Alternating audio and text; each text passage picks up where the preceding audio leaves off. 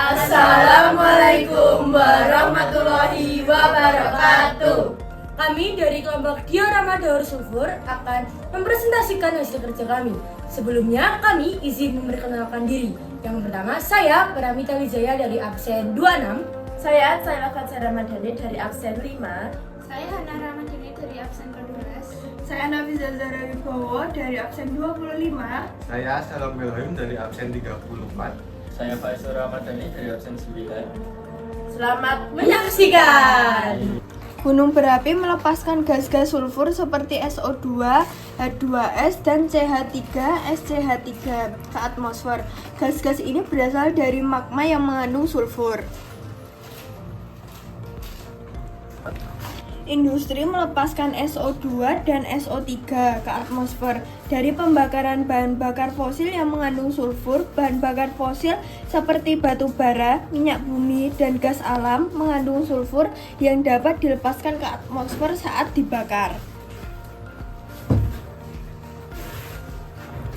Reaksi dengan air menjadi hujan asam. Di atmosfer, gas-gas sulfur bereaksi dengan air membentuk hujan asam.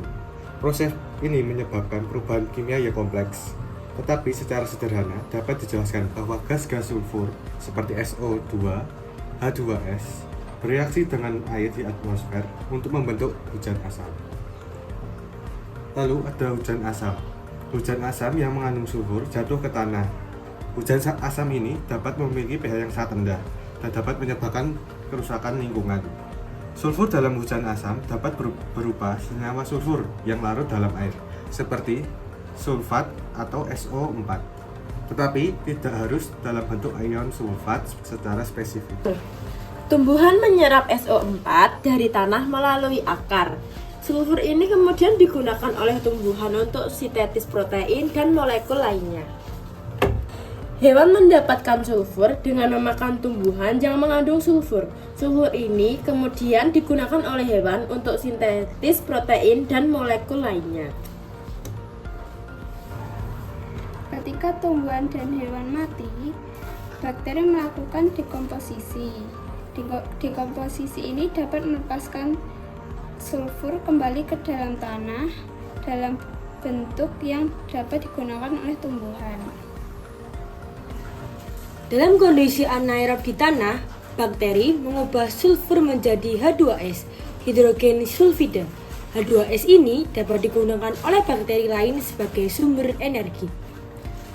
Sulfur terdapat di tanah dalam bentuk yang dapat digunakan oleh tumbuhan.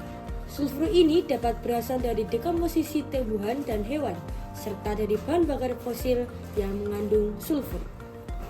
Bahan bakar fosil yang mengandung sulfur menjadi sumber emisi industri. Pembakaran bahan bakar fosil ini dapat melepaskan sulfur ke atmosfer dalam bentuk SO2 dan SO3.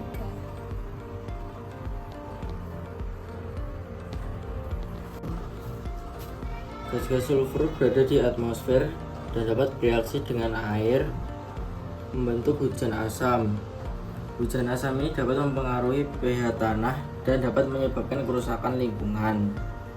Dalam keseluruhan, daur sulfur melibatkan proses-proses yang kompleks dan saling terkait.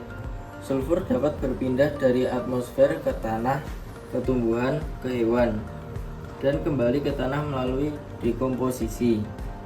Bahan bakar fosil juga menjadi sumber sulfur yang dilepaskan ke atmosfer oleh industri.